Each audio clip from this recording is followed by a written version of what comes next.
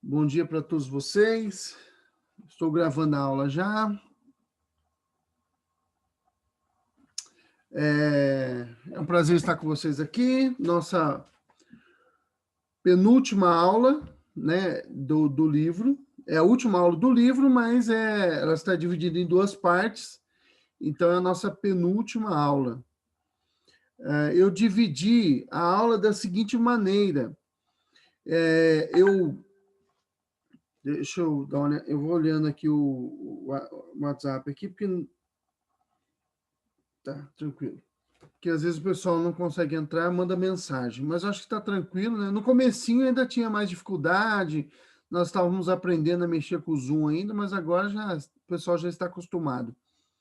Mas estava falando sobre como eu dividi a aula hoje. Então, eu dividi a aula da seguinte maneira. Hoje eu peguei os temas mais tranquilos para nós, tá? Então, eu peguei a questão da vida após a morte, a situação, né, o estado do indivíduo quando morre, tanto cristão quanto não cristão, e o juízo final, tá? Peguei eu peguei, na verdade, aqui do nosso livro, o que está no nosso livro, eu peguei o começo e o final da lição, tá? E a parte do meio da lição, que eu acho que é a parte mais complicada, eu deixei para domingo que vem. O que eu imaginei? Eu falei, vou pegar. Não quis misturar as coisas. Eu peguei a parte que eu achei que era mais tranquilo, que normalmente entre os cristãos um senso comum, e vamos trabalhar ela hoje. E na próxima aula, a gente pega o outro tema que está no meio da coisa toda aí, que é a parte mais complexa. Eu acho que é talvez a parte que tenha maior discussão entre os cristãos, principalmente entre os evangélicos, né, sobre como que as coisas irão acontecer, tá? No mais, a aula de hoje é a aula 13, primeira parte do nosso livro de catecúmenos, né?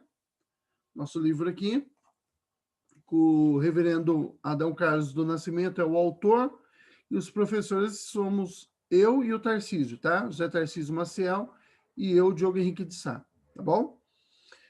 Eu vou pedir para alguém orar por nós, escolher um voluntário aqui, um voluntário. Cadê? O Cláudio, você ora por nós, para nós iniciarmos? Sim, pode deixar. Obrigado.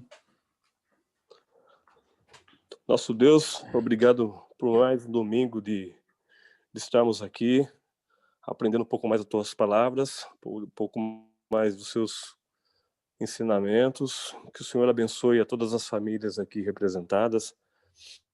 Abençoe também, logo mais, o nosso almoço familiar, e que nosso coração esteja aberto para aprendermos e aceitar aquilo que o Senhor tem para nos ensinar.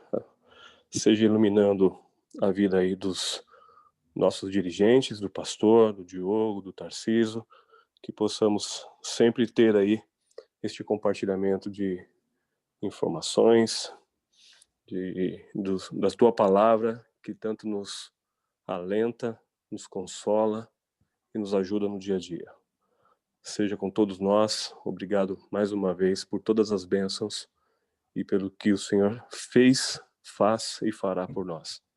Em nome de Jesus, amém. Amém. Obrigado, Cláudio. Bem, vamos lá então para a nossa aula. Deixa eu só dar um recadinho antes que eu me esqueça. Irmãos, nós combinamos de receber os questionários hoje, tá? Então não esqueça, aqueles que já entregaram já estão livres disso. O Danilo Fusarro já entregou, o Cláudio entregou também, talvez mais alguns entregaram para mim, né? Ou no caso do Danilo não foi para mim, mas eu fiquei sabendo que entregou. Se você já entregou para o presbítero Tarcísio, Já está entregue. Mesmo que eu não tenha falado aqui, tá? Mas se você não entregou ainda, não se esqueça que você precisa entregar isso para nós hoje. Por quê? Nós estávamos deixando mais para frente, irmãos, só que assim, nós não estamos recebendo o retorno. Nós imaginávamos que um ou outro fosse entregando, mas a maioria não entregou. E aí nós ficamos agora, estamos aí a uma aula de encerrar o nosso conteúdo e não recebemos nada. Então, se não recebemos agora, a situação vai ficar bastante complicada para nós darmos retorno para vocês. Não é uma cobrança porque a gente é chato. A gente é um pouco chato, mas não é só por causa disso. É porque senão nós não vamos ter tempo. No caso, eu digo nós, mas não somos nós, porque é o presbítero Tarcísio que vai corrigir sozinho esse questionário aí. Então, ele não vai ter tempo de responder, de corrigir e te devolver para você passar lá pelo encontro lá com os presbíteros, tá? Então, se esforce, tá? A gente avisou com antecedência essa semana, se esforce para você entregar isso hoje. Se você ainda não terminou, então você tem o resto do dia aí para um compromisso aí de devocional, já que hoje é dia do Senhor, você não deve trabalhar, então faça em forma devocional essa entrega desses questionários. Tem aqui 2 mensagens aqui. Obrigado, Saulo. Saulo está dizendo que ele vai levar no culto hoje. Ok, Saulo, obrigado. Nós aguardaremos, então, a entrega. Isso, irmãos, entregue no culto, por favor, tá? Deixa eu só dar... Eita, onde que eu coloquei? Deixa eu só dar mais uma olhadinha aqui no WhatsApp e aí a gente já começa. Tá, não é comigo aqui. Vamos lá, então. Continuando, dando seguimento aqui na nossa aula. Espera aí. A nossa leitura em classe, irmãos, está em 1 Tessalonicenses 4, de 13 a 18. O presbítero Tarcísio colocou ontem lá no grupo esse texto cantado. Inclusive, ele colocou 5, de 13 a 18, mas fui eu que induzi ele ao erro, porque eu que coloquei lá para ele o texto errado. Eu fiz meio de cabeça ali na hora e eu induzi ele ao erro ali. Foi eu que coloquei o alvo errado para ele ali. E aí ele percebeu. 1 Tessalonicenses, capítulo 4, versos de 13 a 18.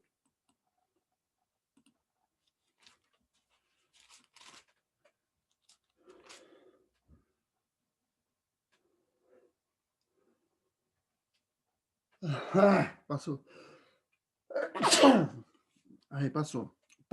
O Paulo está dizendo aqui que ele vai entregar hoje também. Ok, Paulo, obrigado. Estamos no aguardo hoje lá na igreja, então. 1 Tessalonicenses, capítulo 4, versos de 13 a 18. Vou ler para vocês. Não queremos, porém, irmãos, que sejais ignorantes com respeito aos que dormem, para não vos entristecerdes como os demais que não têm esperança. Pois se cremos que Jesus morreu e ressuscitou, assim também Deus, mediante Jesus, trará em sua companhia os que dormem. Ora, ainda vos declaramos por palavra do Senhor isto: nós, os vivos, os que ficarmos até a vinda do Senhor, de modo algum precederemos os que dormem. Porquanto o Senhor mesmo, dada a sua palavra de ordem, ouvida a voz do arcanjo e ressoada a trombeta de Deus, descerá dos céus, e os mortos em Cristo ressuscitarão primeiro. Depois nós, os vivos, os que ficarmos, seremos arrebatados juntamente com eles entre nuvens, para o encontro do Senhor nos ares, e assim estaremos para sempre com o Senhor. Consolai-vos, pois, uns aos outros com essas palavras. Irmãos, então esse texto aí, com esse texto nós damos subsídio à nossa aula de hoje, tá? Eu espero que você tenha ouvido essa música cantada pelo Coral Proclamai. Se não ouviu, está lá, ouça, é muito bonita, tá? vale muito a pena você ouvir esse texto cantado. É muito bonito quando a gente canta a palavra de Deus, né? Esse texto está cantado lá pelo coral Proclamar. Bom, o que está acontecendo ali? O pessoal de Tessalonicense, o pessoal da cidade o pessoal de Tessalonicense não, né? Os tessalonicenses, que são o pessoal da cidade de Tessalônica, está preocupado com a vinda de Cristo, e aí então Paulo ele escreve para esse pessoal lá falando a respeito disso. Mas eles, se você já leu a primeira e a segunda carta de Tessalonicenses, né, aos irmãos lá de Tessalônica, você vai perceber que Paulo escreve sobre isso. No capítulo 5 ele continua tratando disso ali, e quando você vai ler a segunda carta, você vai perceber que o pessoal ainda tem algumas coisas que ainda estão preocupando eles com relação à segunda vinda de Cristo. Quer dizer, o pessoal de Tessalonicenses estava muito preocupado com a segunda vinda de Cristo, né? O que é legal. Mas aí Paulo escreve para tranquilizá-los com relação a isso daí. Tá? Bem, vamos lá. A nossa aula. Introdução. Nossa salvação é um processo que iniciou antes que o mundo existisse e se completará, ou consumará, né? Que é um termo que vocês devem se acostumar no meio evangélico, que a gente usa muito esse termo consumar, consumação dos séculos, né? É o fim, né? O fim. É sobre isso que se trata o termo consumação, tá?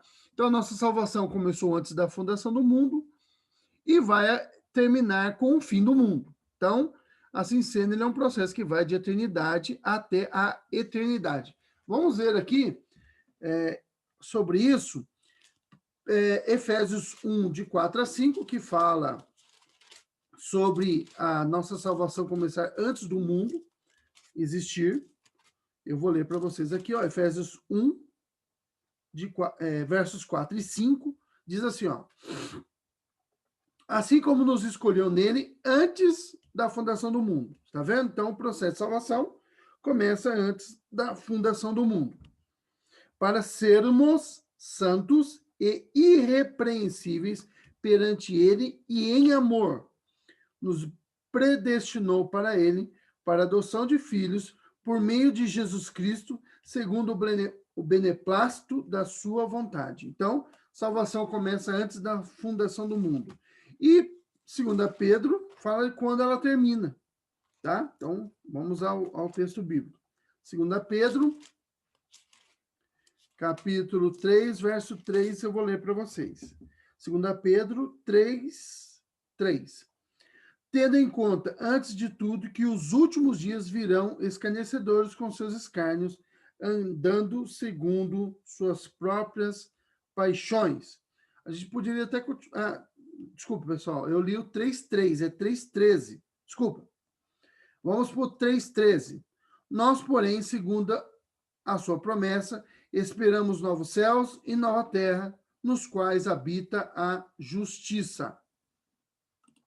Então, a consumação da nossa salvação está em novos céus e nova terra, onde habita a justiça. Então, 2 Pedro 3, na verdade, se você ler todo esse capítulo 3 de 2 Pedro, Pedro está tratando disso, tá? Do fim, né? Do fim do mundo, tá bom? Da vinda de Cristo e tudo mais, tá certo? Da consumação deste mundo que nós conhecemos e a introdução de um novo mundo, de um novo céu e nova terra, tá? O cristianismo não é uma religião que trata apenas do aqui e agora. Veja que eu coloquei em negrito, porque o cristianismo ele não trata apenas do aqui e agora, mas ele trata também do aqui e agora. E com isso, eu quero já combater dois erros. O primeiro erro é de você imaginar que o cristianismo trata só do aqui e agora. É o caso de alguns teólogos que a gente chama de liberais. Veja, quando eu falo teólogos liberais, não tem nada a ver com liberalismo econômico, tá? O teólogo liberal, é um foi um grupo de teólogos que surgiu no final, ali durante o século XIX, segunda metade, mais ou menos, do século XIX, e foi muito forte até a Primeira Guerra Mundial. Depois da Primeira Guerra Mundial, os teólogos liberais, eles foram entrando meio que em decadência. Por quê? Porque a teologia liberal, ela não acredita que a Bíblia é a palavra de Deus. Então, são uns ateus que se dizem cristãos. Nada mais que isso, tá? A gente pode resumir a teologia liberal em ateus cristãos. Como que pode um negócio desse? Como que eu posso ser ateu e cristão ao mesmo tempo? Lembra aquele Vingadores 1, quando o Bruce Banner, o Tony Stark fala, nós precisamos do Hulk, aí ele fala, esse é meu... Eu acho que o Capitão América fala para ele, né? Não é o Tony Stark, não é o Homem de Ferro, não, é o Capitão América. Fala para ele assim, nós precisamos do Hulk. Aí o Banner fala assim, esse é o meu segredo, capitão, eu sempre estou com raiva. Então, esse é o segredo dos liberais é que eles não são cristãos de verdade, tá? Mas eles se dizem cristãos e é uma teologia bem estranha, é um cristianismo muito estranho, tá? Mas eles perderam força, mas estão ressurgindo, inclusive estão entre nós, né? De volta e meia eu ouço algumas conversas esquisitas por aí pelos corredores da vida e até da onde eu não gostaria de ouvir, né? Entre os corredores da nossa igreja. Mas nós temos aí alguns liberais. Então, o cristianismo, ele não é uma religião que trata do aqui e agora apenas. Então, tem gente que acredita nisso. Mas também o outro erro que nós devemos evitar é imaginar que o cristianismo ele só trata do porvir, tá? Só trata depois. Não, o cristianismo ele trata da salvação do ser humano, da remissão do ser humano, tá bom? Da salvação, enfim, da queda, né?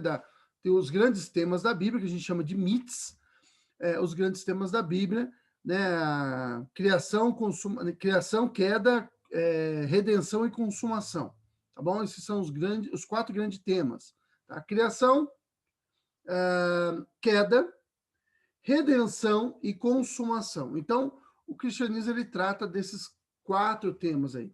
E um deles é o aqui e agora. Tá? Então, o cristianismo não é só, a salvação nossa não é só para depois, quando Cristo vier. A nossa salvação começa aqui e a gente já começa a experimentar as bênçãos da salvação, as bênçãos de sermos de Cristo aqui, tá bom? Então, o cristianismo é uma religião que trata do aqui e agora e do porvir, tá? Então, e é do porvir que nós vamos falar sobre hoje. Nós falamos quase que exclusivamente do aqui e agora durante quase todo o nosso percurso do nosso estudo. Nós estávamos falando da vida cristã. E agora nós vamos tratar do porvir, do que vem depois, tá bom? Portanto, veremos nesta aula, se Deus assim nos permitir. É lógico que, irmãos, eu não tenho a pretensão de esgotar o tema hoje, nem domingo que vem. É muita coisa, tá? É só uma visão panorâmica do que nós cremos, tá bom? Enquanto cristãos, sobre a vida no porvir, tá? Então, nós veremos nessa aula sobre a questão do nosso estado após a morte e da ressurreição do corpo e do juízo final, tá? Então, são essas 3 coisas que nós vamos ver hoje. A vida após a morte, a ressurreição do corpo e o juízo final, tá? O estado né, estado do indivíduo pós a morte, tá bom? Vamos lá. O estado do indivíduo após a morte. Eu coloquei indivíduo aí porque é da pessoa, independente se ela é cristã ou não, tá? Aí, inicialmente aí é qualquer pessoa. O que acontece com o ser humano depois que ele morre? A morte separa a alma do corpo, tá? A palavra morte, em grego thanatos, tá? Ela significa separação, tá bom? Então, a palavra... Existem duas palavras gregas para separação, que é aquela que nós traduzimos por morte e a que nós traduzimos por santificação, tá? Santidade. Então, essas duas palavras simbolizam separação. E a separação, né, o Thanatos é a palavra que significa separação mais brusca, né? Então, ela separa a alma do corpo, aquilo que é material em nós, daquilo que é nosso imaterial, tá bom? Mas o que acontece após a morte?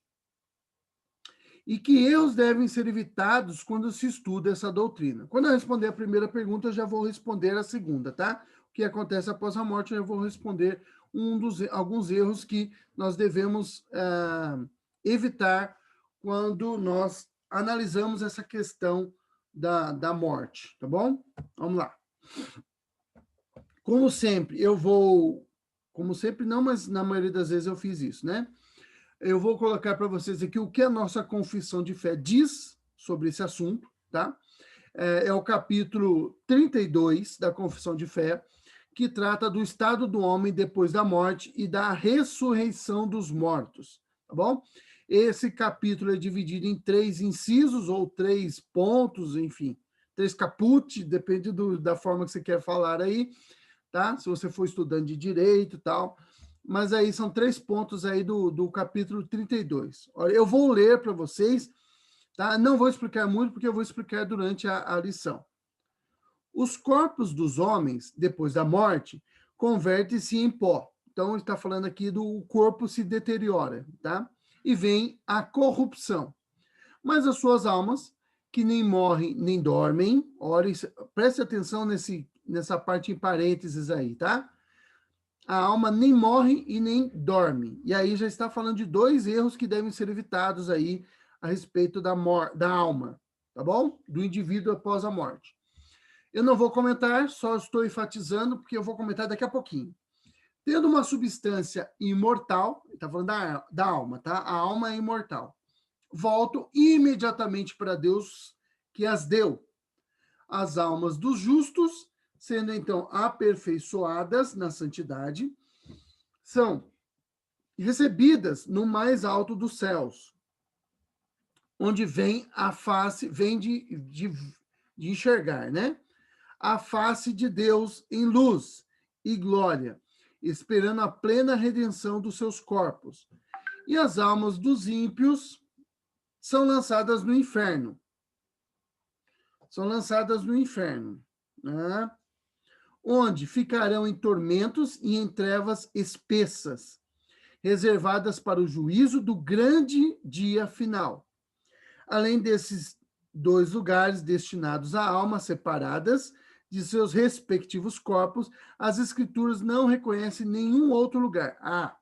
Eu quero só parar um minutinho aqui, comentar 2 coisas que a gente já comentou em outras aulas, que eu não vou tratar delas no restante da aula, porque eu já tratei no passado, mas eu achei, agora me acendeu a luz aqui, que talvez seja bom comentar, tá bom?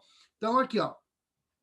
Além desses 2 lugares, que é diante de Cristo, né, no céu e no inferno, não existe outro lugar aonde a alma vá. Com isso, a confissão de fé, lembra que o grande rival, toda a confissão de fé, eu já falei isso para vocês, e todo credo, lá no primeiro, segundo, terceiro século, lá no início da igreja, quando ela desenvolvia credos, né, os creios, creio em Deus Pai Todo-Poderoso, credo apostólico, credo niceno, credo atanásio e tal.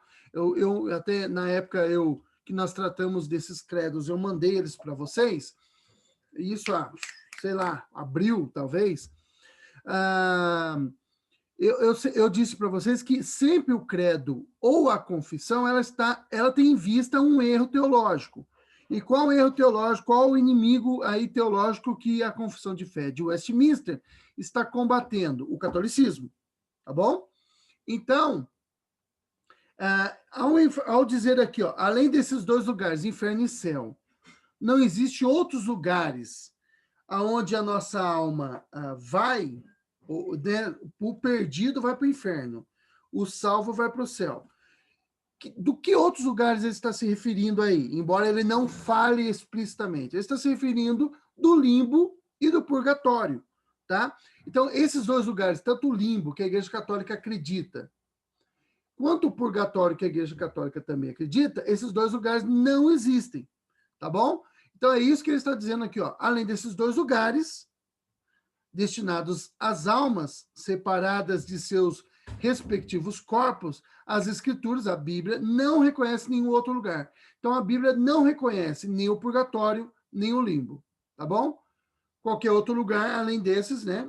Aí nós teríamos que falar uma infinidade de lugares, porque existem mais de 10.000 religiões no mundo e cada uma delas tem uma visão de onde a sua alma vai. Então, não dá para nós tratarmos de todas as 10.000. Então, nós estamos falando só das principais aí. Então, limbo e purgatório não existe.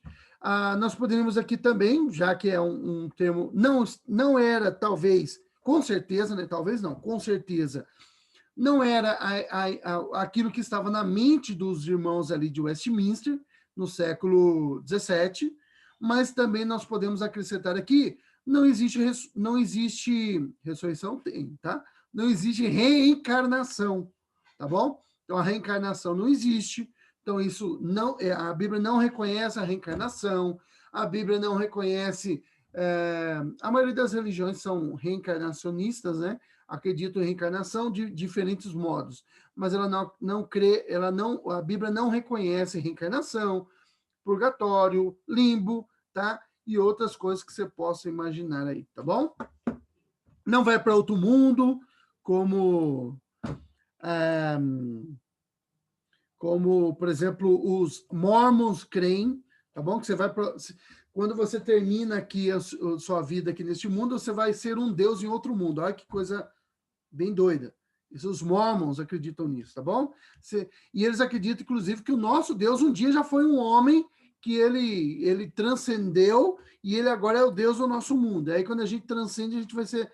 Se você for um mormon bom, você vai para ser Deus, vai ser Deus em outro planeta aí. Olha que coisa bem doida. Então, a Bíblia não reconhece esse tipo de coisa, tá? Não vamos continuar falando, nossa, a gente fica só falando disso. Segundo ponto e terceiro ponto do capítulo 32. No último dia, os que estiverem vivos não morrerão. Isso é uma questão importante, tá? Mas não vou tratar dela aqui, vou tratar dela adiante. Mas serão mudados. Todos os mortos serão ressuscitados com seus mesmos corpos e não outros. Não é reencarnação, tá vendo? Você vai ressuscitar com o seu mesmo corpo. Posto que, com qualidades diferentes, e ficarão reunidos as suas almas para sempre. Então, aqueles que morreram ressuscitarão no seu mesmo corpo. Daqui a pouco a gente fala mais sobre isso, tá bom? Mas esse corpo terá qualidades diferentes. Nós vamos falar daqui a pouquinho sobre isso também, tá? E ficarão reunidos as suas almas para sempre. Terceiro ponto, os corpos dos injustos. Então, ele trata, olha que legal, ele trata no primeiro ponto de forma abrangente, depois no segundo ponto é só do justo, e do terceiro ponto do injusto. O justo aí, irmãos, é aqueles que foram justificados por Cristo, tá bom? Estamos falando de outras doutrinas que nós já tratamos em outras aulas. Aí, no caso da doutrina da justificação. E também não podemos colocar junto aí a eleição, os eleitos de Deus e tal. Aqueles que não forem eleitos, aqueles que morrerem sem Cristo, serão, pelo poder de Cristo, ressuscitados para a desonra. Olha que interessante. Eles também serão ressuscitados. Eles também irão ressuscitar, tá? Os corpos dos justos serão, pelo seu Espírito, ressuscitados para a honra e para serem semelhantes ao próprio corpo glorioso dele aí, Cristo, tá bom? Seguindo aí. O que acontece com o cristão após a morte? Nós já vimos aí na confissão, mas eu vou falar dela com mais calma. A Bíblia nos ensina que após a morte, o corpo se deteriora e a alma do eleito entra em um estado de bem-aventurança consciente na presença de Cristo. aguardando o dia da ressurreição. Por que eu coloquei um negrito aí no consciente? Porque existe, às vezes até a própria Bíblia, por tratar, por usar alguns termos, como, por exemplo, o próprio Jesus ele disse, olha, o Lázaro já dorme, né? Quando Lázaro tinha morrido. Jesus sabia que Lázaro tinha morrido, mas ele usa o termo dorme. Foi um eufemismo que Jesus utilizou ali. Paulo fala lá em 1 Coríntios 11, quando ele trata da ceia, que alguns comiam ela de forma que não se portava de forma conveniente durante a ceia, não discernindo o corpo do Senhor. E aí ele diz, por causa disso, há entre vós muitos fracos e doentes e muitos que dormem. Ele não está se referindo ao sono, tá? Ao dormir normal, dormir, que você dorme todo dia. Ele está falando da morte, é um eufemismo de novo aí utilizado. Eufemismo, a Bíblia utiliza muitas figuras de linguagem. O presbítero Tarcísio, todos os anos, ele traz uma aula só sobre figuras de linguagem que estão na Bíblia. Esse ano, por conta da pandemia, não teve essa aula específica, mas nós tratamos dela, tratamos desses assuntos de figuras de linguagem de forma no meio das aulas. Quer falar, Tarcísio? Sim, aproveitando, Diogo, eu vou mandar essa aula que eu tenho ela, eu mando aí no grupo para que o pessoal possa ter acesso, ok? Beleza, legal, olha só. Escrita, né, Tarcísio? Uma apostilinha, né? Exatamente. Isso, um artigozinho aí sobre essa aula aí. O presbítero Tarcísio, então, vai mandar para vocês. Leiam, pessoal, é bastante interessante, ajuda você a entender um pouco alguns textos da Bíblia. Porque não. A gente já falou sobre isso, né? Assim, de forma. Como o pastor gosta de falar, en passant, né? Mas assim, de forma rápida, em algumas aulas. Mas existem muitas figuras de linguagem na Bíblia. Tá? E você compreendê-las ajuda a sua compreensão do texto bíblico. Então, é um eufemismo aí que Paulo fala. Paulo trata, Jesus também utiliza para falar da morte, utilizando o termo sono, né? Dormir. E aí aí mora um perigo, porque uma leitura sem compreender que ali você tem uma figura de linguagem, você ler de forma literal, é algo que nós já falamos, né? Existem a linguagem denotativa e a linguagem conotativa, tá? Figuras de linguagem. Então, o conotativo, ele utiliza muita figura de linguagem. A linguagem conotativa é uma linguagem simbólica, tá? Analítica, de comparação, tá? Não é analítica, não, é analógica, é por analogia, tá bom? Analítica é de análise. Por analogia. E o denotativo é a leitura literal do texto. Então, quando você faz uma leitura literal desse termo dorme, então você pode imaginar, e aí surgiu uma doutrina chamada sono da alma, tá? Que significa que quando você morre, você dorme. E aí a sua alma está num estado de inconsciência.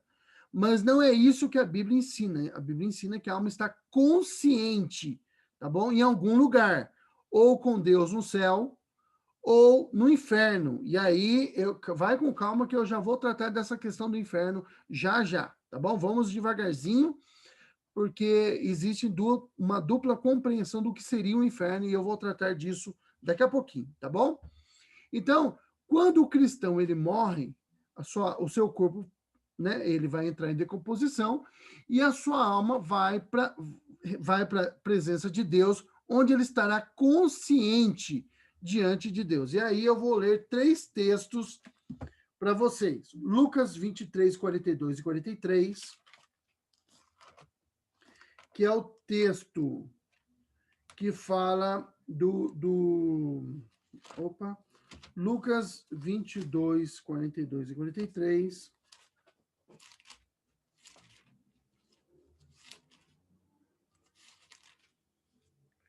Olha o que diz aqui. dizendo, é o ladrão, né? Vocês sabem, é o ladrão, Jesus está sendo crucificado, tem dois criminosos ao seu lado, um à direita e outro à esquerda, e um deles diz para Jesus, olha, lembra de mim quando estiver... Vou ler aqui para você, né? Pai, se queres... Peraí. Deixa eu ver se eu anotei. 23, irmãos, desculpa. 23, 42 e 43. Diz assim, ó. E acrescentou Jesus, lembra-te de mim quando entrar... E acrescentou, Jesus, lembra-te de mim quando vieres no teu reino. Jesus lhe respondeu, em verdade te digo que hoje estarás comigo no paraíso. Então, as pessoas quando morrem, os salvos, e esse ladrão se arrependeu e foi salvo, esse criminoso, e fala ladrão, mas a gente não sabe realmente o que ele fez, né? Esse criminoso se arrependeu e foi salvo, ele pede para Jesus que se lembre dele quando entrar no seu reino. E aí que Jesus diz para ele, em verdade te digo que hoje estarás comigo no paraíso. Tá bom? Então, ele estaria com Cristo morto, né? Ele estaria com Cristo no paraíso. Ele está se referindo ao quê? O corpo ficou ali. Então, a quem Jesus está se referindo? A alma desse indivíduo aí, tá bom? Então, essa é a primeira passagem. Outra passagem, Filipenses 1:23. Filipenses 1:23, e eu vou ler para vocês.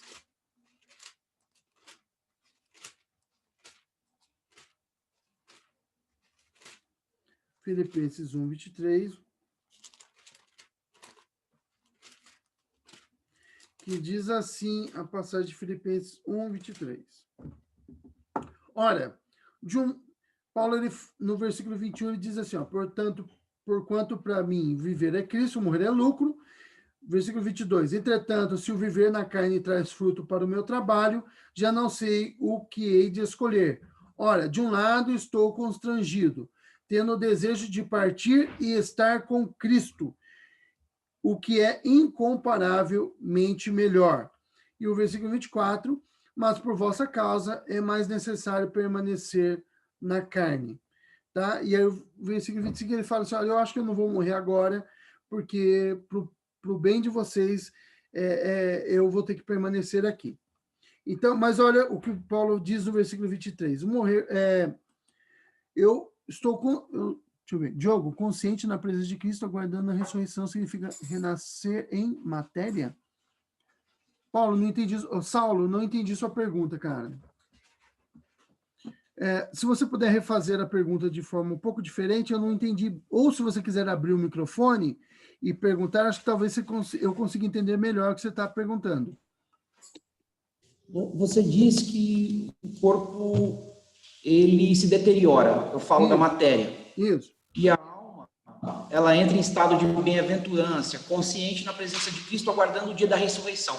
Essa ressurreição, eu questiono a questão do voltar a ser matéria em termos de corpo, ou a gente fala de ressurreição no espírito, na alma? Tá.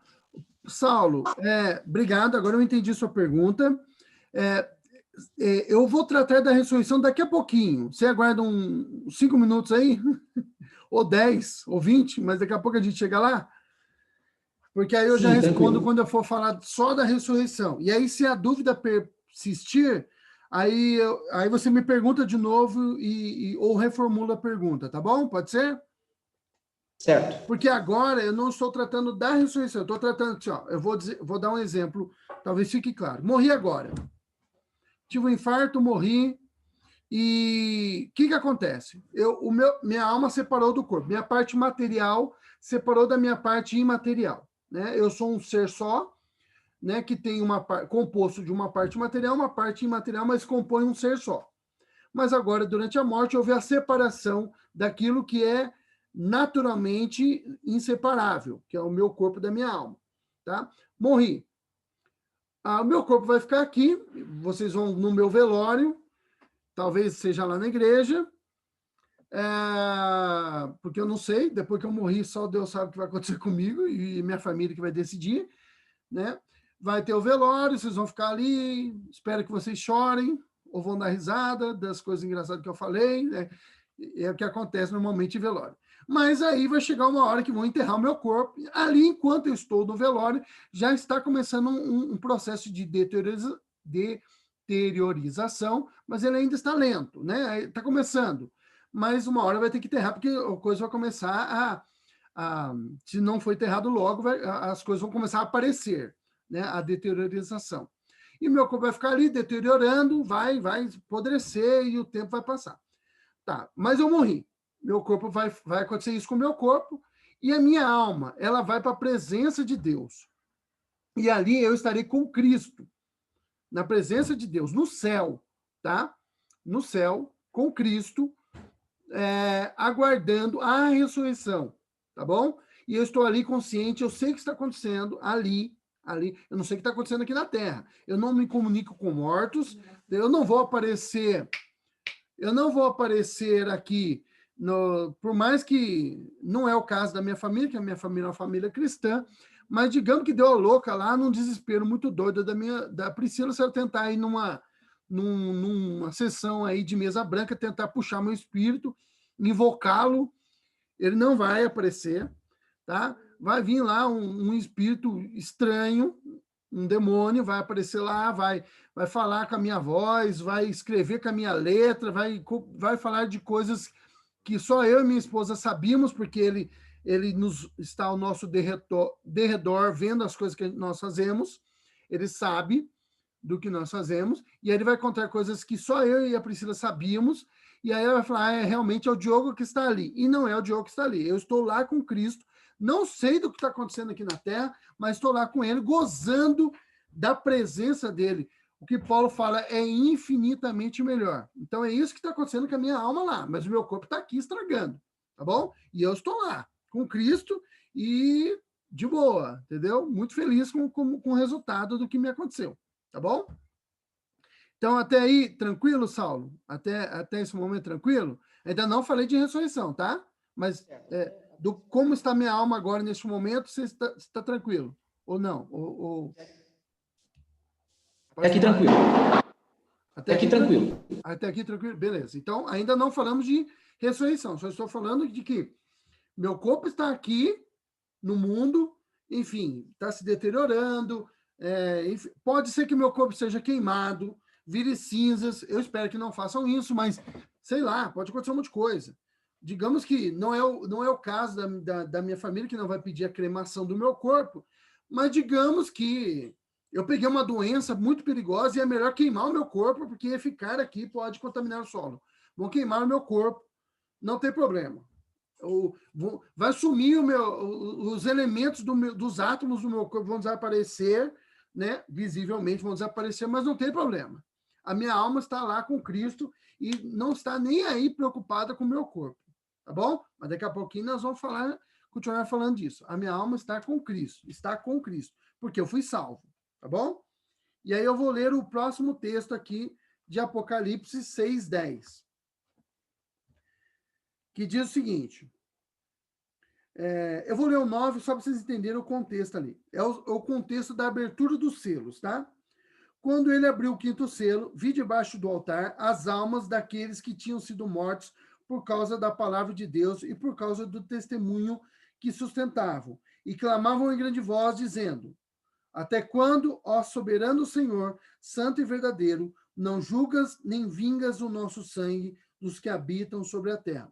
Eu não estou lendo esse texto para tratar da questão aí escatológica mais complexa. Eu só estou lendo esse texto para mostrar para vocês que, veja só, João viu a alma dos mortos. E o que eles estão fazendo? Eles estão dormindo?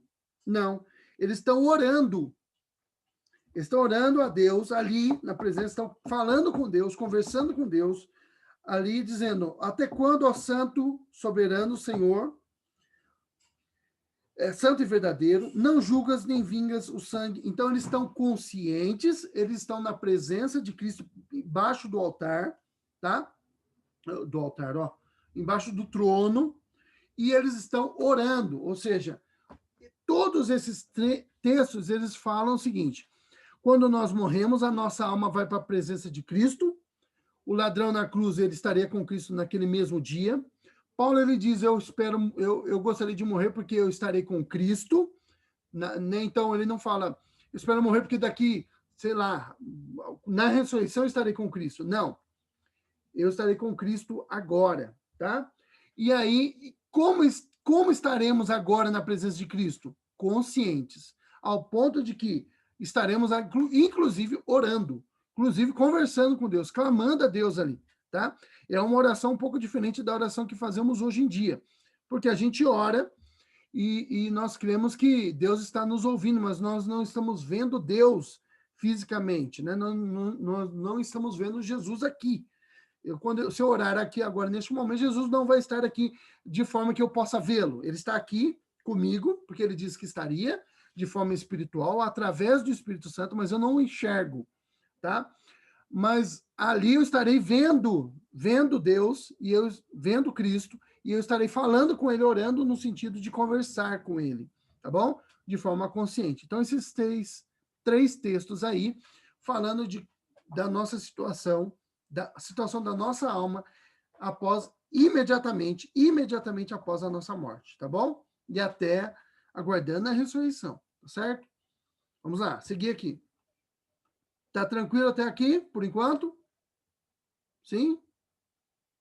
Bom, beleza, então vamos lá. Próximo slide aqui. E o que acontece com o não cristão após a morte, tá? Aqueles que morreram sem Cristo, os não eleitos, os não cristãos, os não salvos, aqueles que rejeitaram Cristo, aqueles que morreram sem ele, tá bom? O ímpio, tá? O não pio, tá? O ímpio. Imediatamente após a sua morte, seu corpo também entra em decomposição. A situação do corpo é igual para todo mundo, tá bom? O que vai mudar é para onde vai a alma desse indivíduo. E a sua alma é lançada no inferno. Olha aí, presta atenção. Ainda não estamos falando do lago de fogo. Então, veja, o inferno, a gente fala inferno e a gente pensa no lago de fogo, mas o lago de fogo é o lago de fogo, o inferno é outra coisa, tá? O inferno é esse lugar de, se nós entramos em um estado de bem-aventurança, de alegria plena, junto com Cristo, plena assim, total, tá? Junto com Cristo, o ímpio ele vai para um lugar de sofrimento preliminar, de danação. O pastor usou esse termo danação, a gente não utiliza muito, mas é o termo bíblico, tá? Para perdição eterna, é danação eterna, é o dano eterno, tá? Sofrendo dano. Então, o ímpio está num estado de danação no inferno. Tem gente que não gosta muito desse termo, dessa expressão danação, ela tem um sonoramente esquisito, mas é que a gente não é acostumado com esse termo. Mas é isso que a Bíblia fala, tá? Estado de danação, ou danação eterna. Mas aí, no caso, aí ele está num período de danação, onde ainda coisa pior vem pela frente, tá bom? Mas ele já está em sofrimento, ele já está sendo afligido, já está sofrendo, longe de Deus, tá? Está sofrendo já. Onde ele aguardará em sofrimento o dia do juízo, tá bom? Juízo final.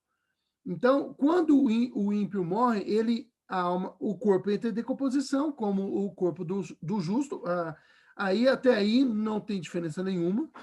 Tem até um texto na Bíblia que diz, eu não separei ele agora, não vou lembrar onde está escrito, mas assim como morre o justo, também morre o ímpio, tá? Então, na morte, até aí, nós somos parecidos, tá bom? Depois que as coisas começam a diferenciar aí, tá bom? A alma do justo vai para a presença de Deus e do ímpio vai para o inferno sofrer, tá? No inferno. O lago de fogo é outra coisa, tá bom? Não é o inferno, é outra coisa. A Bíblia não chama o lago de fogo de inferno, ele chama de outro lugar. O inferno aí, a palavra inferno é Hades, ou Hades, né? A palavra grega Hades, que significa terra dos mortos, tá bom? Onde aguardará em sofrimento o dia do juízo final. Vamos ler aqui 2 textos que falam sobre isso. Lucas 16, 19, 31, é o texto lá da parábola do rico e do Lázaro. Cuidado com essa parábola do rico e do Lázaro, porque o Lázaro aí não é o Lázaro irmão da Maria, tá? Essa é uma parábola e não necessariamente a história é verdadeira, embora seja a única parábola em que Cristo dá um nome para o indivíduo, tá bom? Mas não significa necessariamente que a linguagem aqui seja assim, não que seja verdadeira. Deixa eu explicar aqui o que eu quero dizer com verdadeiro. Verdadeira a parábola é, tá? A história é verdadeira. Foi Jesus que disse, está na Bíblia, está nos textos originais. O que eu quero dizer com verdadeira não quer dizer que aconteceu de fato essa história. É uma historinha, tá? Que Jesus está contando, é uma ilustração, tá bom? É a única ilustração que aparece o nome de alguém, mas é uma ilustração. Não significa que Jesus está contando uma história real, de algo que aconteceu de fato com alguém, tá bom? Então, mas a lição é verdadeira, tá? Embora a história seja uma história, tá bom? É como qualquer outra parábola. O semeador saiu a semear. Do que está falando ali? É da pregação do evangelho. Não significa que um homem saiu jogando sementes para todo lugar, né? Não é isso, tá bom? Estão conseguindo me acompanhar aí? Tá dando para entender essa questão aí, né? Então, veja só. 19 a 31. Eu não vou ler tudo, mas eu vou ler uma parte aqui, porque a leitura é extensa e o tempo não é muito favorável a nós. Tem muita coisa para nós tratarmos, mas lá, então, é a parábola do rico e do Lázaro, mas eu vou ler só a parte aqui, 22 e 23, tá bom? Vou ler o 22, 23 e 24. Tá. Ó, 22, 23 e 24. Aconteceu morrer o mendigo e ser levado pelos anjos para o seio de Abraão. Morreu também o rico e foi sepultado.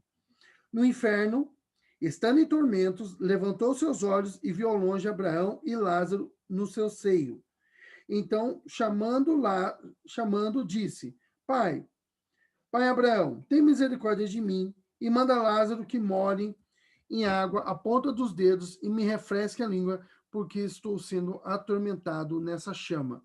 Então, o rico, ele morre e vai para o inferno, e ali ele já está em tormento. Ainda não houve o juízo final, ainda não houve o julgamento do trono branco, que é o juízo final, mas ele já está em tormentos, tá bom? E ele consegue ver ali o lugar onde Lázaro está, e aí ele vê que Lázaro está bem, e aí ele pede para Lázaro molhar a boca dele, porque ele está em tormentos. Apocalipse, irmãos, não significa, veja só, que eles estão no lugar próximo um do outro, que o morto cristão está com Cristo, está num lugar próximo um do outro. Ali é a linguagem simbólica, só para poder Jesus mostrar, na verdade, a lição da parábola é uma só.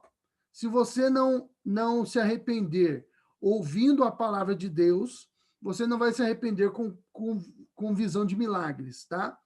Então, a pregação da palavra, ela produz salvação, e milagres não produz arrependimento, não produz salvação, tá bom? Essa é a lição. Mas ele já está mostrando o destino ali do ímpio, que é em tormentos, tá bom?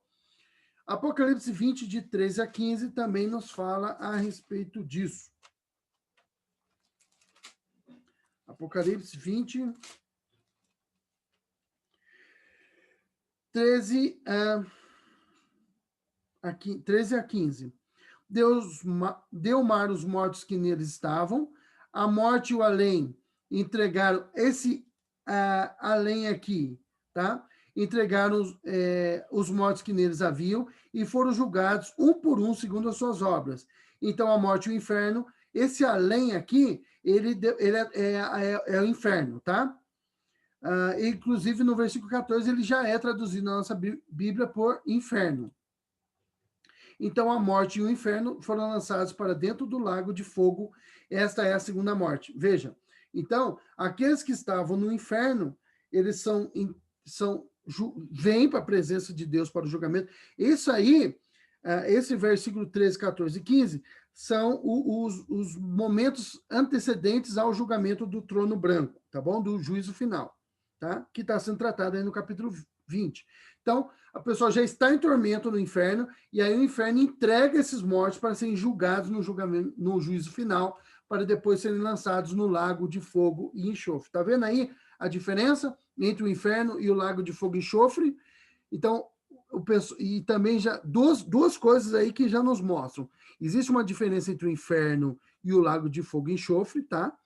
A gente pode até falar, a pessoa vai para o inferno e tal, mas esse inferno aí já é o lugar de sofrimento preliminar, aguardando o juízo final, e depois ele vai ser lançado no lago de fogo e enxofre, que alguns também chamam de inferno. Aí não tem problema, mas é importante você ter a distinção entre os dois lugares aí, tá bom? E aí, no dia do julgamento final, do juízo final, o inferno vai entregar esses mortos para serem julgados definitivamente e lançados no lago de fogo e enxofre. Tá certo? Até aí, tranquilo? E o versículo 15, e se alguém não foi achado escrito no livro da vida, esse foi lançado para dentro do lago de fogo. Ok? Então, essa é a situação do ímpio que morre sem Cristo. Imediatamente após a sua morte, o Zezinho lá, eu não vou nem dizer que fui eu, porque eu fui salvo, mas o Zezinho lá morreu sem Cristo. O corpo dele vai seguir aqui a decomposição, mas a alma dele vai para o inferno sofrer, aguardando o sofrimento que vai ser pior ainda depois, tá bom? Seguindo. Ressurreição do corpo. A Bíblia, agora, Saulo, eu pretendo responder a sua pergunta, tá bom? Se eu não responder a sua pergunta aqui, aí você me chama atenção aí para eu voltar na sua pergunta, tá? A Bíblia ensina que no dia da ressurreição, os mortos serão ressuscitados, ou seja, corpo e alma serão reunidos novamente. Vamos ler 1 Coríntios. Recomendo a leitura de todo o capítulo 15 de 1 Coríntios. Esse é o texto mor que trata da ressurreição. O 1 Coríntios 15 é o texto da ressurreição, tá? Tem outros textos que falam disso, mas todo o capítulo 15 trata apenas da ressurreição, tá bom? Tudo ali é sobre ressurreição, mas eu vou ler 35 a 38 e depois 42 até 44 de 1 Coríntios. Vamos lá. 1 Coríntios,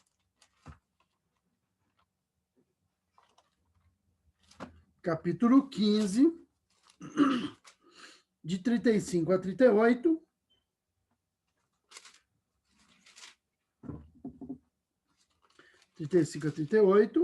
Lerei. Mas alguém dirá, como ressuscitam os mortos e em que corpo vêm? Insensato. O que semeias não nasce se primeiro não morrer. Paulo está usando aqui o simbolismo de plantação, tá?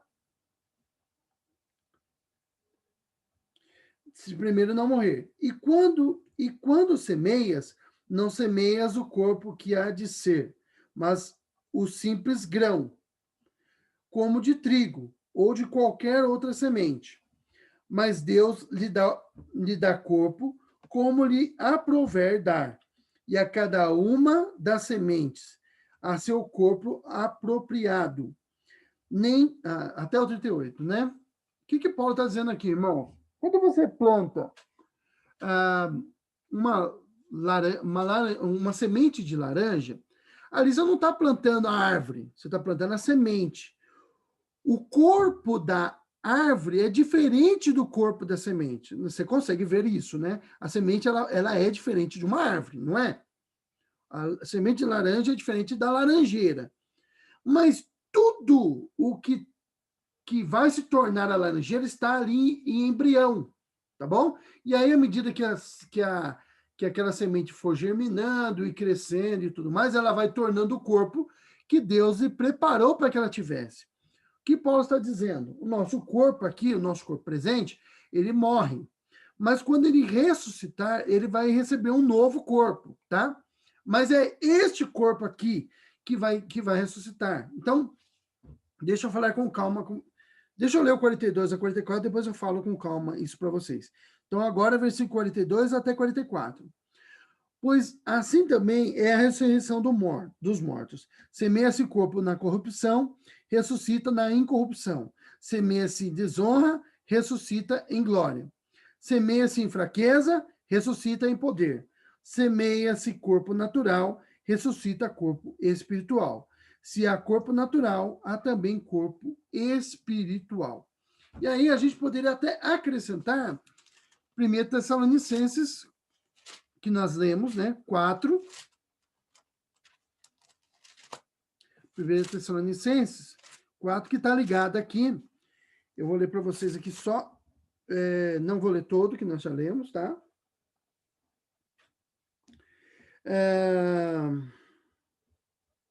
Busquemos que Jesus compreende. Porquanto meus versículo 16, 16 e 17. Porquanto o Senhor mesmo, dada a palavra de ordem, então, 1 Tessalonicenses 4, 16 e 17. Dada a palavra de ordem, ouvida a voz do arcanjo, e ressoada a trombeta de Deus, descerá dos céus, e os mortos em Cristo ressuscitarão primeiro. Depois nós, os vivos que ficarmos, seremos arrebatados juntamente com eles, entre nuvens, para o encontro do Senhor nos ares, e assim estaremos com ele para sempre, tá? Então, esses dois textos tratam aí da ressurreição. O que a Bíblia ensina, tá bom? Que nós, isso é importante, porque existe, eu já vi gente falando sobre isso, que imagina que no céu, lá no céu, não agora, não se eu morrer agora, mas no porvir, no novos céus e nova terra, tá? E nós seremos como espíritos voando por aí. Não é assim. Nós seremos ressuscitados, todos. Nós teremos reunidos a nossa alma e nosso corpo. Por quê? Porque a salvação não é só para nossa alma. A salvação é para nosso ser todo, tá? Então, nós seremos reunidos. Se eu morrer, né? Se você morrer, sua alma será reunida a seu corpo e você vai ressuscitar, tá? E eu acho que aí eu estou respondendo a pergunta do Saulo. Então, não é a alma vivente apenas, tá bom? É a alma animando o corpo, é unida ao seu corpo, o seu corpo que você tem agora.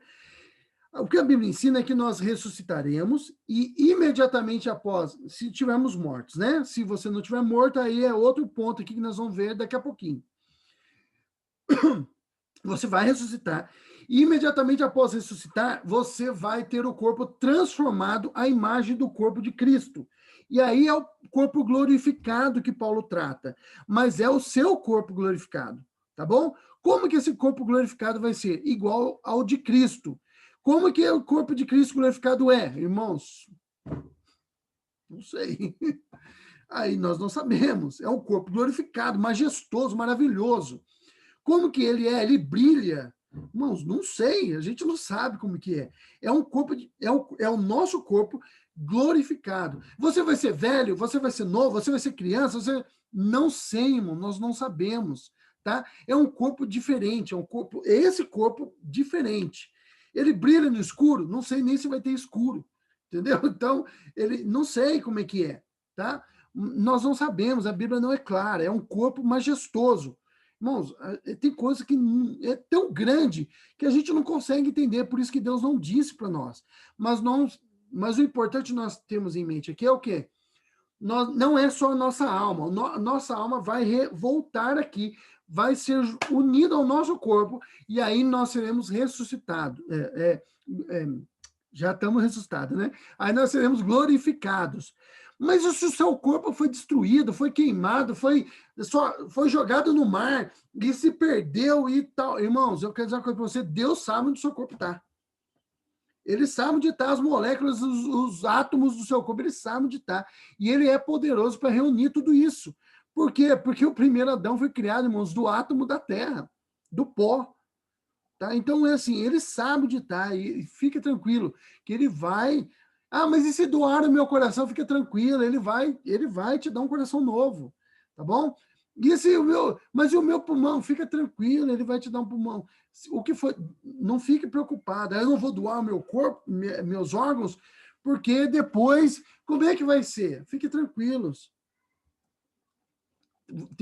se você for abrir a cova do seu parente lá, apesar que já não tá, né, tiram da cova e colocam depois lá naquelas gavetas, tá só o osso. O que aconteceu com os órgãos? Eles se deterioraram.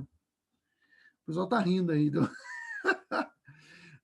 que eu falei. Então, Deus sabe onde está, tá bom? Fique tranquilo, pode doar, tá? Pode ser doador de órgãos, tá bom? Porque uma hora ou outra isso tudo vai se deteriorar, irmãos. Tudo isso vai deteriorar, tá? Mas Deus sabe onde está. Deus vai reconstruir o seu corpo como era, perfeito, e depois vai glorificar esse corpo, tá bom? Tranquilo aí? Bom, ô Saulo, respondi a sua pergunta, meu irmão. Pode abrir o microfone aí, pode. Respondeu, Simon, respondeu. Ah, então beleza. Se não respondeu, depois, se eu não respondi, você pode perguntar. Se você não quiser perguntar agora, pode perguntar depois, tá bom? Pode mandar um áudio aí para mim, aí, ou no grupo, tal, você fica tranquilo, tá? Ficou bem claro, eu entendi. Apesar de, então, a gente não saber exatamente a forma, né, mas nosso espírito, ele se une de novo, novamente com o corpo. Eu entendi. Isso mesmo, tá bom? Ele se unirá ao nosso corpo e depois será transformado. Quando ele se unir ao nosso corpo, a gente sabe que é esse corpo aqui, é do jeito que eu sou. Mas, imediatamente, ele vai ser transformado. E aí, o que acontece no transformar é que a gente não sabe, tá bom? Como é esse corpo transformado, tá? É um negócio maravilhoso, mas como a gente só pode dizer que é maravilhoso, mais nada, tá bom? E se alguém aventurar dizer para você, não, eu sei, aí, irmão, tá entrando no campo da especulação, cuidado com esse cara aí, porque é estranho. Eu vi um herege há um tempo atrás, há bastante tempo atrás, ele dizia, se você ler o livro de Apocalipse, tem uma hora que João lhe ouve a voz de 7 trovões. E aí Deus fala para ele não anotar que aquela voz das 7 trovões era mistério, não era para ser revelado. Mas esse camarada aí, que é assim com Deus, ele falou que Deus revelou só para ele, só ele e João sabem o que os trovões disseram. Né? Então, os camaradas assim, cuidado com esses caras assim, porque eles são estranhos demais. Bem, nós cremos na ressurreição do corpo, tá? Lembre-se do credo apostólico, tá? Creio, das expressões ali do credo apostólico diz, creio na ressurreição do corpo, na vida eterna. Nós professamos o credo, tá? Eu sei que tem gente que não gosta de falar o credo apostólico porque pensa que isso é coisa de católico. O católico romano não é, viu, irmãos? Afugenta essa ideia aí, porque isso aí é coisa dos cristãos, dos primeiros cristãos, e ele é muito bom, ele é nosso. Nós somos o dono desse credo, os cristãos são donos desse credo, e nós devemos utilizá-lo, porque ele ajuda-nos a resumir aquilo que cremos, tá? Ele é o credo que persistiu aí dos mais enxutos, e assim, bem, não vou falar completo, porque ele é resumido, né? Mas ele trata de praticamente tudo que a gente crê, tá bom? De forma bem resumida. E ele é nosso, ele é muito importante. Se você lembra do credo, você lembra em tudo que você acredita, tá? Agora, tem credos mais complexos, que são mais abrangentes, explicam melhor alguns pontos, o Atanásio, o Niceno, o de Niceia, tá? Mas eles são mais difíceis de decorar. Mas vale a pena, se você tiver aí algum tempinho vago aí, decorar, investir aí. Mas se você não tem, pelo menos o credo apostólico você tem a obrigação de decorar, tá bom? É coisa de cristão. Vamos lá.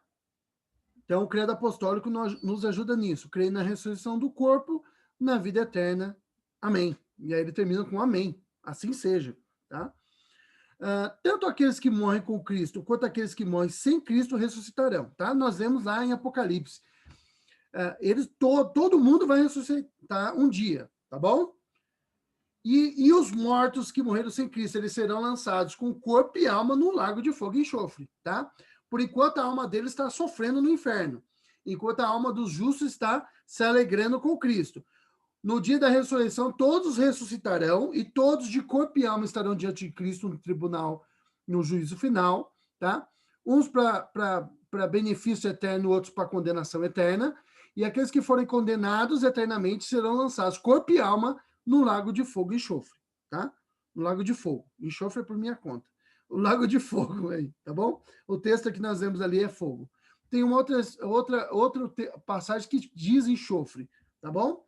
Mas ali nos que nós vemos é fogo, tá bom? Bom, vamos lá. Tranquilo até aí? Então, todos seremos ressuscitados, mas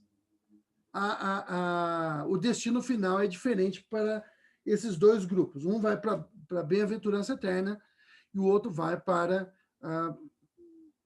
juízo e danação eterna, tá bom? Tranquilo até aí? Ressurreição do corpo. A Bíblia fala claramente que como se dará a ressurreição daqueles que morrem com Cristo. No dia da vinda do nosso Salvador, ele chamará para si todos aqueles que lhe pertencem. Quem morreu ressuscitará, terá sua alma reunida ao corpo e terá o seu corpo glorificado imediatamente.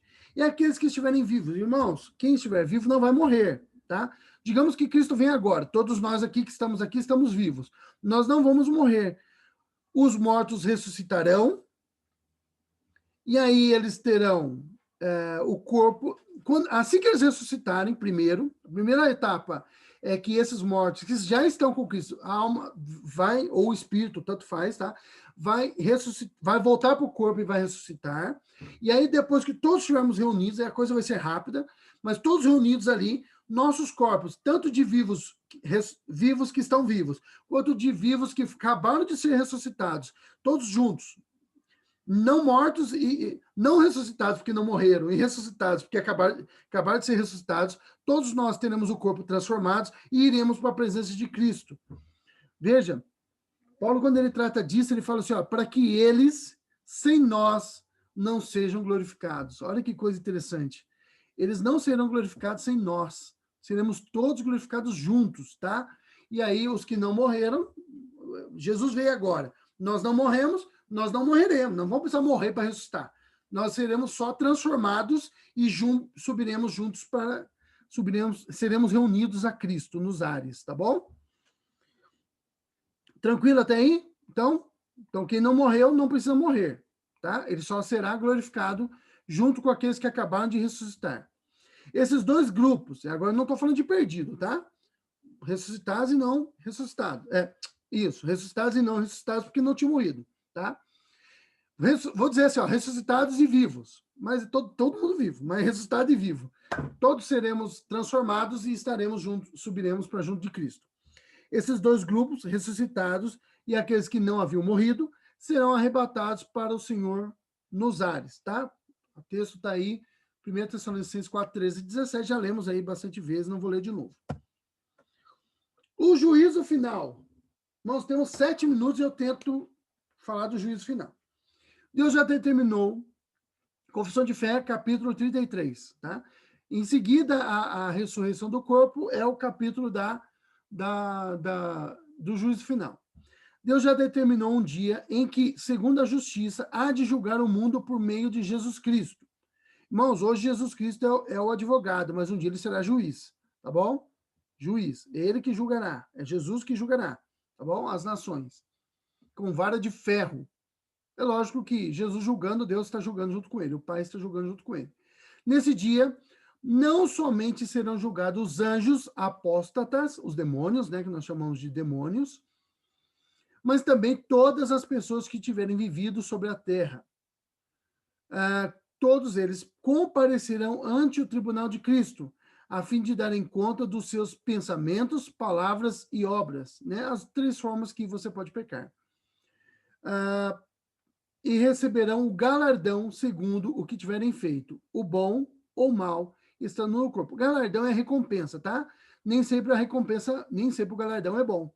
O galardão pode ser lançado no lago de fogo e enxofre, tá bom?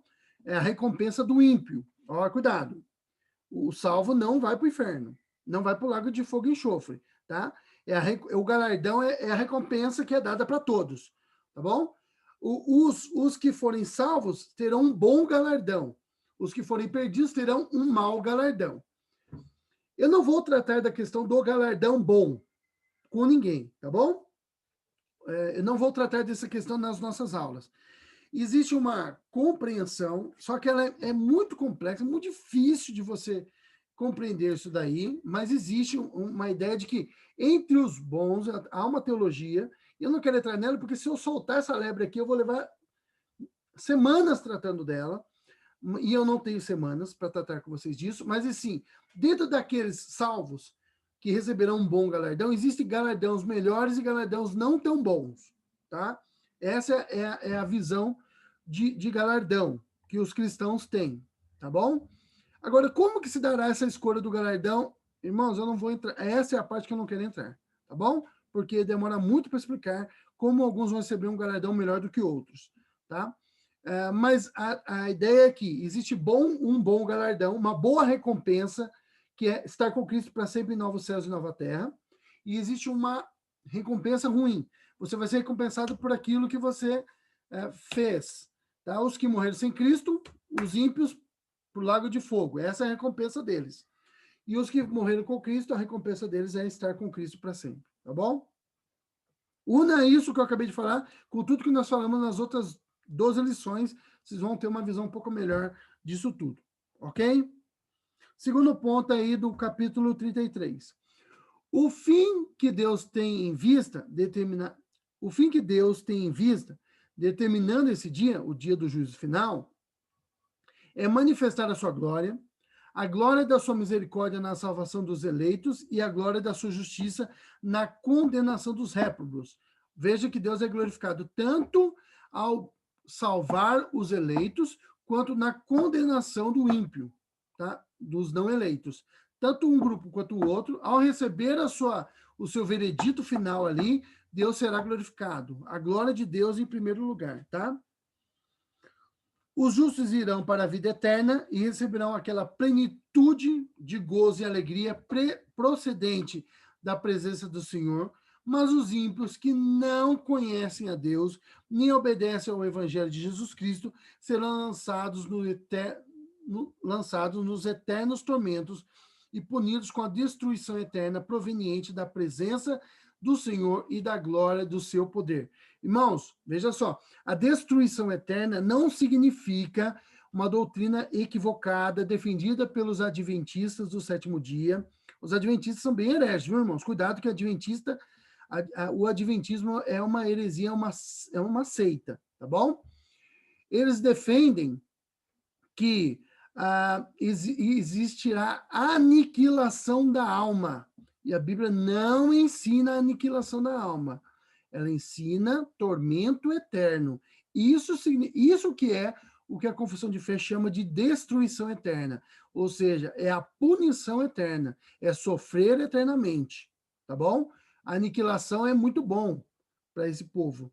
E olha, eu já falei disso para vocês, mas o peso do juízo está relacionado diretamente ao agravo que foi cometido contra a glória de Deus, tá? Como a glória de Deus é infinita e a glória infinita dele foi ofendida pelo pecado do ímpio, o ímpio deve pagar infinitamente pelo pecado que cometeu.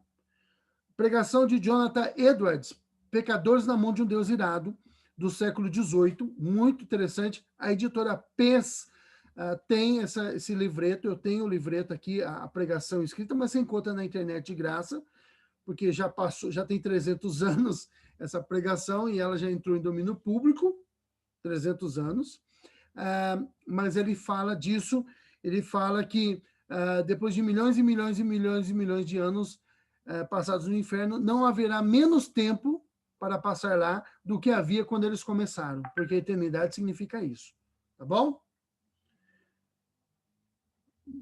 Vamos lá.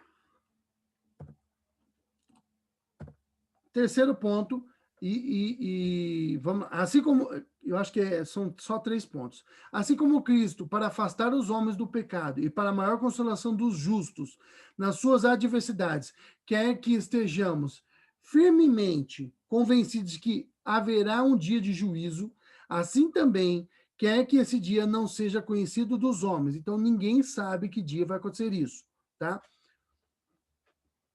A fim de que eles se despojem de toda confiança carnal. Então, não tem você pensar assim, quando eu estiver chegando lá perto do dia, eu me preparo. Então, ninguém sabe, tá bom?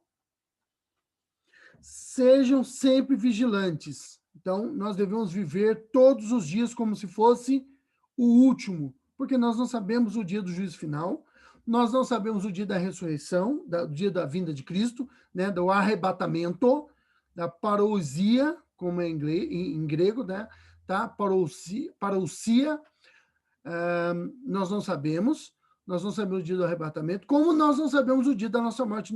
Eu não sei nem se eu vou terminar essa aula, posso ter um infarto aqui fulminante e morrer, tá? Nenhum de nós sabemos o dia, todo mundo que eu costumo falar isso para os meus filhos, tomem cuidado, porque ninguém que morre acorda de manhã pensando, hoje é meu dia, tá bom? Então, todo mundo acorda como sempre acorda, faz as coisas que sempre faz, e durante o dia alguns morrem, não terminam o dia, tá? Então, nós devemos viver sempre como se fosse o último dia, tá?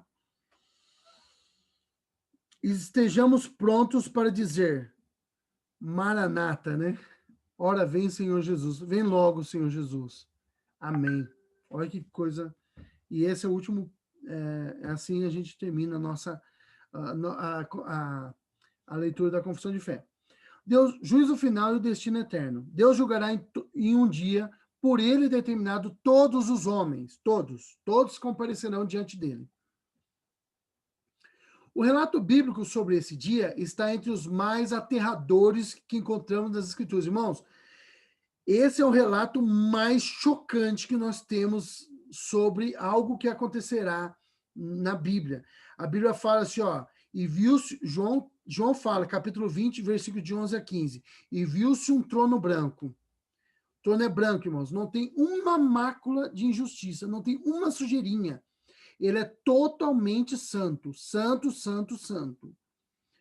E diante da presença do trono, fugiu os céus e a terra, e não se achou lugar para eles. Tem uma pregação do Paul Washer, que é sobre o trono branco. Eu recomendo que vocês assistam. O Paul Washer, ele não tem muito sensação do tempo. As pregações dele são longas. Essa pregação do trono branco, se eu não me engano, tem 2 horas. Então, ele acho que aprendeu a discursar com o Fidel Castro, mas brincadeira, tá? Mas as pregações dele são longas, mas vale a pena você assistir. E ele fala, a terra e os céus, tudo fugiu, porque ninguém teve lugar, ninguém se achou lugar diante do trono branco, porque ele é santo e ninguém pode ficar diante dele. E todas as almas compareceram, todos os homens compareceram diante dele, vivos e mortos. E aí tem, né? O mar deu os mortos que nele haviam, a cova, o inferno, tudo. Deu tudo que estava nele e foram julgados. E aí, alguns foram condenados e outros foram ali. Um estava à direita e outro estava à esquerda. Os à esquerda foram condenados e à direita foram sentenciados. A sentença foi favorável, né? Deixa eu usar essa expressão. Uns tiveram sentença desfavorável, que estava à esquerda, e os que estavam à direita, a sentença favorável. Teve um amigo meu que ele diz o seguinte, olha, o caminho que você segue na vida te levará à presença de Deus. Qualquer caminho que você segue te leva à presença de Deus. Aí eu falei, que isso, Cláudio? Aí ele falou, o nome dele era Cláudio, mas não é o Cláudio aqui, o nosso amigo Cláudio aqui, é outro Cláudio, tá? Ele falou, é verdade, quer ver? Aí ele leu esse texto para mim, eu falei, tá, entendi. Quer dizer, todos os caminhos, tudo que você fizer na vida, o caminho que você seguir na sua vida vai te levar à presença de Deus. Só que um caminho vai te levar do lado direito de Deus e outro caminho vai te colocar ao lado esquerdo de Deus. Um caminho vai te levar à condenação eterna e outro caminho à salvação, à bem-aventurança eterna, tá? Após esse julgamento, todos aqueles que não tinham seu nome escrito no livro da vida serão lançados corpo e alma no lago de fogo. Os salvos passarão a eternidade, alma e corpo, juntamente com Deus, em novos céus e nova terra, onde habita a justiça. Irmãos, acabou aqui nossa aula, nossos slides. Então, 11h34. Eu vou interromper aqui o compartilhamento de tela. Eu sei que tem alguém falando aí. Eu já vou te deixar falar. Só um minutinho, tá bom? Pronto. Pode falar, irmão. Quem que estava falando comigo? Ninguém? Ah, então tá bom. Mas alguém quer falar alguma coisa? Alguém quer aproveitar para A falar? Luísa. Fala, irmã Luísa. Oi. Então, bom dia para Bom você, para dia. todos. Bom dia. Eu gostaria de estar te perguntando a respeito sobre uma questão aqui que eu estou vendo, né? Inclusive na lição. Quando pergunta, todas as pessoas vão morrer? Por quê? Então, eu queria estar vendo com você assim, aonde eu poderia encontrar a respeito desse assunto na Bíblia, né? Porque nem todos vão passar pela morte, né? Eu sei. Aham. Mas o porquê, né? Aham. Tá. Então, eu Irmã, queria ver. terminou a pergunta? Você ia falar mais alguma coisa? Sim. Não, é só isso Só mesmo. isso. Tá. Então, assim, ó, deixa eu explicar e aí eu dou as referências bíblicas. Pode ser? Então, assim, ó, nem todos morreremos, tá? Nem todos morreremos. É aquilo que eu falei agora há pouco. Os que morreram ressuscitarão, e aqueles que estiverem vivos, assim que aqueles que morreram ressuscitar, todos nós, agora seremos um só, éramos dois grupos e agora somos um grupo só, tá? Mas aqueles que estavam vivos não vão morrer, eles vão ser só, eu estou falando agora no sentido, Jesus vem agora. Jesus ao céu se abrir agora. Eu estou vendo o Filho do Homem descendo sobre as nuvens com poder e grande glória. Estou vendo ali, ó. Brincadeira, não estou vendo nada, tá? Só estou dando exemplo. Só estou contando. Estou vendo ali. O que acontece? Os que morreram com Cristo ressuscitarão, né, a alma deles se reunirá ao corpo novamente. É um ato milagroso, poderoso de Deus. E assim que eles ressuscitarem, todos nós agora, os que morreram e ressuscitaram, e aqueles que estavam vivos, já, todos nós agora eram dois grupos, agora formamos um grupo só de vivos. Teremos o corpo transformado e subiremos para junto de Cristo, tá bom? Então, nem todos morrerão, tá? Nem todos morreremos. Eu falo morreremos, eu não sei, pode ser que eu morra, tá? Mas essa é a expressão que Paulo usa. Textos para isso. 1 Tessalonicenses 4, de 13, que foi o que nós lemos, mas tem outro aqui que eu vou procurar agora, porque eu não separei ele para falar para vocês, mas eu vou falar aqui, ó. Olha aqui, irmã, 1 Tessalonicenses 4,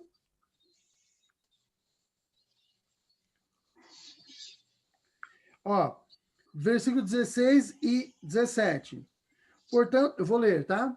Portanto, o Senhor, dada a sua palavra de ordem, ouvida a voz do arcanjo, ressoada a trombeta de Deus, descerá dos céus, e os mortos em Cristo ressuscitarão primeiro. Depois nós, os que ficarmos vivos, seremos arrebatados. Então, olha, os que ficarmos vivos. Veja que Paulo fala, nós os que ficarmos vivos. Por que Paulo está dizendo isso? Porque Paulo achava que ele achava que Jesus, eles achavam ali no primeiro século que Jesus viria a qualquer momento. Eles não imaginavam que Jesus demoraria para voltar. Então ele achava que quando Cristo viesse, ele ainda estaria vivo. Por isso que ele fala, nós os que ficarmos vivos. Entendeu? Depois nós, os vivos, os que ficarmos, seremos arrebatados juntamente com ele, entre nuvens, para o encontro do Senhor. Tá? Então, aí, esse texto aí já fala disso. Deixa eu ver se eu encontro o outro texto aqui. Só um minutinho. Eu vou jogar, como eu não vou ter tempo para procurar aqui, eu vou encerrar aqui a gravação para eu poder minimizar minha tela aqui, tá? Mas vocês aguardem aí.